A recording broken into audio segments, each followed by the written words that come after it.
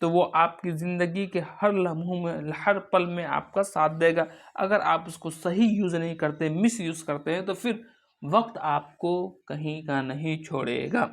Next ہے کہ دیکھیں اسی میں کہا کہ ابھی تک آپ ابتدا و ارتقاء اور انجام کی روحانی توجہات سے واقف ہوتے رہے ہیں، لیکن عمیق حنفی کی اس نظم کھیتی میں ذی حیات مخلوق، جو زندہ مخلوق ہے، کی مادی توجہ پیش کی گئی ہے، اس سے آپ طویل عہدے پر احاطہ کیا ہوا تجربہ بھی سمجھ سکتے ہیں۔ نظم ایک حصہ بڑھنے اور بننے جو بڑا ہے، تو دوسرا حصہ انسانی زندگی کے لازمی انجام سے جڑا ہوا ہے۔ دیکھیے آپ اس نظم کو ظاہری طور پر بڑی آسانی سے کھیتی باڑی کا قصہ سمجھ سکتے ہیں، لیکن پہلے ہی مصرعے میں وقت کی کھیتی ہم میں آیا لفظ ہم درجہ بالا جملے سے ہماری توجہ ہٹا دیتا ہے۔ زندگی یہاں نئی شاہد، لیکن زندگی یہاں نئی شبہات میں ڈھلی ہوئی نظر آتی ہے۔ اور آخر دو مصرعے کیا ہے؟ دیکھیے یہ بول رہے ہیں کہ اگر ہم نظم کھیتی کو پڑھیں گے تو ہمیں ایسا لگے گا کہ کھیتی باڑی سے ریلیٹڈ ہے، لیکن اس کے اگلے مصرعہ سے ہمیں ڈائریکٹ جھنجھوڑ دیتا ہے کہ یہ وقت جو ہے، یہ نظم یہ کھیتی باڑی سے نہیں ہے، بلکہ یہ کھیتی باڑی سے تشبیہ کی گئی ہے، لیکن در حقیقت یہ وقت سے ہے۔ دیکھیے ہم بلا آخر اس کے لقمے ہیں، ہم بلا آخر اس کے فصل ہیں، یہ عمیق حنفی صاحب کہہ رہے ہیں۔ دیکھیے نیکسٹ کیا ہے؟ آخری مصرعوں میں یہ ثابت ہوا ہے کہ ہم تمام لوگ وقت کی کھیتی ہیں۔ فصل تیار ہو جائے تو معمول کے مطابق انسانوں کو وقت کا لقمہ بننا ہی پڑتا ہے۔ وقت کا پورا عمل دراصل خود اس کے وجود کے بقا کے لیے ہی ہوتا ہے۔ اس نظم میں یہی حقیقت کو ظاہر کیا ہوا ہے۔ کہ بتا دیے کہ نظم کھیتی کا پورا ڈیٹیلز عمیق حنفی کے ذریعے پتہ چل گیا ہم لوگوں کو۔ اب دیکھیے نیکسٹ کوشچن ہے، کوشچن نمبر 2 ہے ہم لوگوں کا، وقت انسانوں کو کیا مواقع دیتا ہے، کیا موقع دیتا ہے، اس نظم کی روشنی میں واضح کریں۔ تو جواب ہے پیش نظر نظم کھیتی عمیق حنفی کی ایک تجرباتی اور مشاہداتی نظم ہے۔ کھیتی باڑی جیسی معمولی چیز کو اپنی نظم کا موضوع بنا کر عمیق حنفی نے اپنے عمیق تجربے کا مظاہرہ کیا ہے۔ انسانی زندگی میں عملی تجرباتی سطح پر وقت انسان کا سب سے بڑا استاد ہے۔ ٹھیک ہے، وقت انسان کا سب سے بڑا استاد، سب سے بڑا ٹیچر ہے۔ کہا جاتا ہے کہ جو شخص اس دنیا میں کسی کے کہنے سننے کی کوئی بات نہیں سمجھتا، تو آخر میں ایسے انسان کو وقت اچھی طرح سمجھا دیتا ہے۔ صحیح بات ہے۔ شاعر کے مطابق وقت انسان کو سمجھنے اور سدھرنے کے موقع بھی دیتا ہے۔ ایسا نہیں کہ اچانک انسان کو جو ہے اس کو ختم کر دیتا ہے، اچانک کسی کو دبوچ لیتا ہے۔ شاعر کہتا ہے کہ ہماری قوت و حیثیت، اس کے بعد شب و روز اور محبت و نفرت، یہ سب وقت کے لقمے ہیں، اور یہی وقت ہماری زندگی کے حدود بھی ہیں۔ اگر ہم وقت کے ساتھ صحیح طریقے سے ایمانداری نہیں برتیں تو پھر وقت ہمیں کس طریقے سے نگل جاتا ہے۔ دیکھیے اس نظم میں یہی ثابت کیا گیا ہے کہ وقت ہمیں مواقع دیتا ہے اور پھر خوش بھی ہوتا ہے۔ دراصل وقت اس نظم کا مرکزی کردار ہے۔ وقت کے ہاتھوں ہی انسان کے مقدر کا فیصلہ ہوتا ہے، ایک ایسا فیصلہ جس کا نتیجہ ہمیشہ فنا مطلب ختم ہونا کی شکل میں ہی ظاہر ہوتا ہے۔ اس طرح ہم دیکھتے ہیں کہ وقت ہمیں ابھرنے اور ترقی کرنے کے مواقع تو ضرور دیتا ہے، لیکن اس کے باوجود اگر ہم اس موقع سے فائدہ نہیں اٹھائیں تو یہ ہماری سمجھ کا قصور ہے۔ نیکسٹ کوشچن، اب ہم لوگ کوشچن نمبر 3 ہے اور یہ آپ کو لاسٹ کوشچن ہے۔ کوشچن نمبر 3 کا مطالعہ کریں گے، پھر یہ آپ کے چیپٹر کا یہ لاسٹ کوشچن ہے۔ دیکھیے اس چیپٹر سے زیادہ آبجیکٹیو پوچھا جاتا ہے، اس کے بعد اگر آپ کو سبجیکٹیو 2 نمبر میں پوچھے گا وہ اس کا بھی ریویژن کر دیا۔ لانگ ٹائپ میں آپ کو 3 کوشچن دے دیے ہیں، اس سے زیادہ نہیں پوچھا جائے گا۔ ایسے تو اس چیپٹر سے آپ کو لانگ ٹائم میں نہیں پوچھتا ہے، لیکن ہم دے دیے، ہو سکتا ہے اگر ایگزامنر کا مائنڈ چینج ہو جائے اور اس میں آپ کو پوچھ دے، تو اس لیے آپ لوگ مطالعہ ضرور کر لیجئے گا، پڑھ لیجئے گا، ایک بار ضرور دیکھ لیجئے گا۔ شروع کرتے ہیں۔ دیکھیے وقت کیوں خوش ہوتا ہے، کوشچن ہے ہمارا، تو جواب دیکھیے عمیق حنفی کے زیر نصاب نظم کھیتی بظاہر تو معمولی عنوان کے ساتھ ایک عام سی نظم معلوم ہوتی ہے، لیکن فکر کے لحاظ سے یہ ایک ایسا فلسفیانہ نظم ہے۔ اس نظم میں شاعر نے وقت اور انسانی زندگی کے فلسفے کو بیان کیا ہے۔ انسانی زندگی، ابتدا و ارتقاء اور انجام کی روحانی توجہات وغیرہ وقت اور انسانی زندگی کا فلسفہ ہے۔ اس نظم میں روحانیت، روحانی مطلب روح، سمجھ گئے، روحانیت سے قطع نظر کرتے ہوئے ذی روح جانداروں کی مادی توجہ پیش کی گئی ہے۔ دیکھیے وقت، دیکھیے اسے آپ شاعر کی ذات کا ایک طویل مدتی تجربہ بھی کہہ سکتے ہیں۔ نظم مجموعہ طور پر 2 حصوں میں منقسم کیا گیا ہے، بانٹا گیا ہے۔ پہلا یہ حصہ زندگی کے بننے اور بڑھنے سے متعلق ہے، تو دوسرا حصہ زندگی کے لازمی انجام سے متعلق ہے۔ دوسرا حصہ کیا ہے، تو زندگی کے لازمی نظام، لازمی سے متعلق ہے۔ دیکھیے پہلا حصہ زندگی کے بننے اور بڑھنے کے متعلق ہے، تو دوسرا حصہ زندگی کے لازمی انجام سے متعلق ہے۔ یہ نظم بظاہر تو کھیتی باڑی کا معمولی قصہ نظر آتا ہے، لیکن حقیقت میں اس مختصر سی نظم میں شاعر صرف ایک لفظ ہم کے ذریعے زمین کی تمام مخلوقات کی نمائندگی کرتے ہوئے وقت اور زندگی کا فلسفہ سمجھا دیا ہے۔ عملی زندگی میں ہم وقت کے پنجہ میں ہر وقت رہتے ہیں اور وقت کی گردش کے مطابق چلنے پر مجبور ہیں۔ اس نظم میں اسی وقت کو سمجھانے کی کوشش کی گئی ہے کہ وقت ہمیں پہلے مواقع تو دیتا ہے، ہماری حماقتوں مطلب بیوقوفی پر خوش ہوتا ہے۔ وقت دراصل اس نظم کا مرکزی کردار ہے۔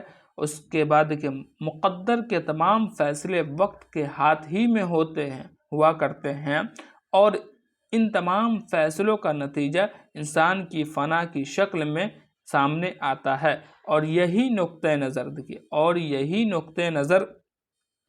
نقطہ ہے جس پر وقت خوش ہوتا ہے۔ یہ ہو گیا آپ لوگوں کا، یہ کمپلیٹ ہو گیا نظم کھیتی کا پورا آبجیکٹیو سبجیکٹیو جتنا تھا سب کا ہم لوگ ریویژن کر لیے ہیں۔ اب ہم لوگ نیکسٹ چیپٹر میں آپ کا جو نظم ہی ہے، متشاعر ہے، برق قلیصہ ہیں، یہ سب کا بھی ہم لوگ ریویژن کریں گے۔ دیکھیے آپ کو اس نظم سے جو بھی نظم ہے، آپ کو علی سردار جعفری کا ہے، اس کے بعد عمیق حنفی صاحب کا کھیتی ہے، برق قلیصہ اکبر الہ آبادی کا ہے، اس کے بعد متشاعر ظفر کمالی صاحب کا ہے۔